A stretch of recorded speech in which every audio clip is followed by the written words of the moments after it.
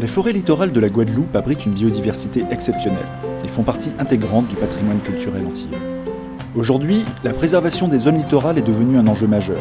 Entre le recul des lignes de côte et l'urbanisation croissante, les forêts de bord de mer sont soumises à une pression constante, aggravée par le développement touristique. Pour préserver ce patrimoine naturel, tout en donnant à tous la possibilité d'en profiter, l'Office national des forêts met toute son expertise des milieux forestiers au service de la collectivité pour mener des actions de protection tout en douceur. Nous sommes là actuellement sur le site de l'Anse-à-la-Gourde à Saint-François, donc une plage qui fait partie de la forêt domaniale du littoral, gérée par l'ONF. Mais ce site, notamment de par sa forte fréquentation, présente certaines dégradations de la végétation du littoral. On a un cordon forestier qui commence à rétrécir. D'un côté, il y a l'effet, on pourrait dire, de la montée de la mer. C'est-à-dire que plus les arbres en bordure de rivage ont les racines qui baignent dans l'eau, certains vont mourir. La plage va, on va dire, avancer et la forêt reculer. D'autre part, il y a quand même des actions de l'homme qui menacent un peu la forêt. Il y a des coupes de branches, des coupes d'arbres. Bon, tout ça fait que par endroits, sur cette forêt, on a certaines zones qui sont réellement dégradées.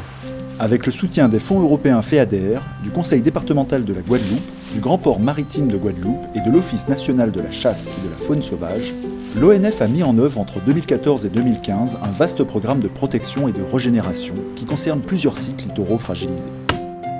La majorité des travaux restent des travaux assez légers. Ça va être la pose d'enclos de régénération qui sont en fait des piquets d'1,50 m à 2 mètres de hauteur qui seront enfoncés d'environ 50 cm avec la pose de fils, donc 2 fils ou 3 fils en fonction de la hauteur des piquets. Comme l'enclos est fermé, en fait il n'y aura plus de piétinement par les hommes, donc la végétation pourra repousser. Pour assurer un minimum d'espace vital aux jeunes pousses, l'ONF délimite donc des zones réservées, via des enclos qui permettent à la fois de protéger les espèces, mais aussi de définir des axes de circulation pour les visiteurs dans les zones concernées. En effet, le passage régulier de piétons, et même parfois d'automobiles, provoque un compactage du sol qui empêche les jeunes pousses de prendre racine. C'est la diversité et la vigueur de la flore des forêts littorales qui permettent aussi d'accueillir de nombreuses espèces animales. Parmi celles-ci, la tortue marine imbriquée est une des espèces les plus majestueuses des îles de la Caraïbe. Le rétrécissement de la ceinture littorale représente une menace pour sa reproduction.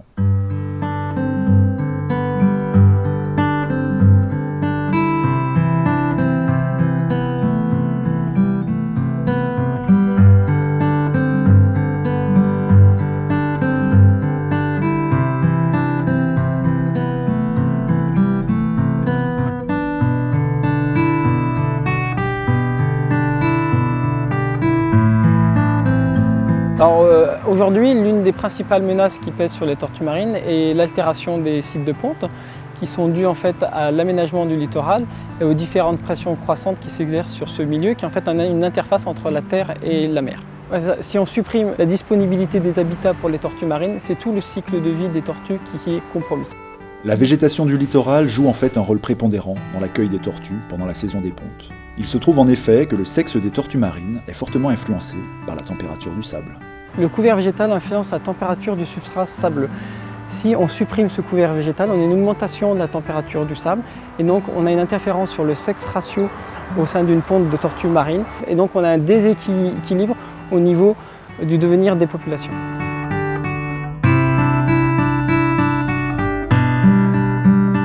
Autre écueil à déjouer, la détermination des tortues à trouver un site idéal pour creuser leur nid, qui les pousse parfois à s'engager au-delà de la ceinture forestière, là où se trouve en général la route.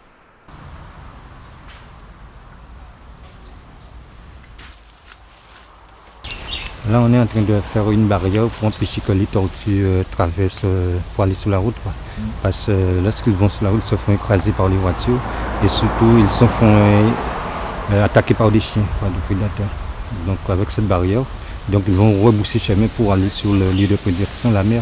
Depuis 2 ans, on a pris une option, on va dire, plus naturelle, écologique, c'est-à-dire de construire une barrière végétale de type golette, ce qu'on appelle localement golette, faite avec donc, des essences locales, des piquets, placés tous les 80 cm, 1 mètre, sur lesquels on tresse, on réalise un tressage avec d'autres essences.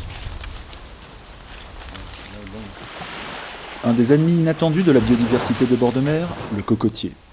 Image de marque des îles tropicales, il semble pourtant bien inoffensif. Mais ces rejetons ont cependant la fâcheuse tendance à prendre un peu trop de place. Alors on a aussi également remarqué que l'espèce cocotier, même si elle est populaire, elle est bien vue, dans ce type de forêt, qui sont des forêts originelles avec des espèces autochtones, le cocotier a tendance à prendre beaucoup de place.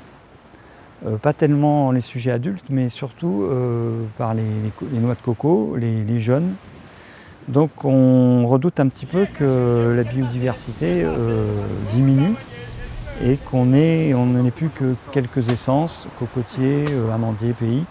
Pour éviter l'expansion du cocotier aux dépens d'autres espèces, l'ONF réalise donc un arrachage régulier des rejetons, ce qui s'avère une tâche ardue vu la densité de certaines zones. L'objectif n'est pas d'éradiquer l'espèce, dont on connaît tout l'intérêt, mais bien de limiter son impact sur les espèces locales. En fait, ce qu'on souhaite revoir, c'est que simplement c'est les espèces autochtones, c'est que le catalpa ne disparaisse pas, c'est que des espèces comme éventuellement l'amandier, il y a du noni, il y a plein d'espèces qui sont moins envahissantes et qui ont une dynamique moins forte que le cocotier. Le projet de régénération des forêts littorales s'est étalé sur une grande partie des années 2014 et 2015. Sur les sites de Lens-Maurice, Lens-à-la-Gourde, Lens-Caouanne, les Trois-Îlets et Vieux-Fort à Marie-Galante, ainsi que Petit-Anse de Pointe-Noire. Pour mesurer l'efficacité de ces installations, l'ONF assure également un suivi au-delà du projet, afin de réorienter si nécessaire les efforts et parfois même de donner un petit coup de pouce à la nature. Par la suite, on va mettre en place un suivi de ces enclos ou de ces différents ouvrages de la végétation, voir comment elle se comporte et voir éventuellement s'il faut soit rajouter des enclos en fonction des sites ou les améliorer ou faire de la replantation si nécessaire. La beauté des plages de Guadeloupe et l'attractivité de certains sites côtiers est en partie liée à ces forêts littorales riches et denses. Les agents de l'ONF et leurs partenaires s'efforcent quotidiennement de préserver ces espaces naturels qui représentent une part non négligeable du patrimoine guadeloupéen.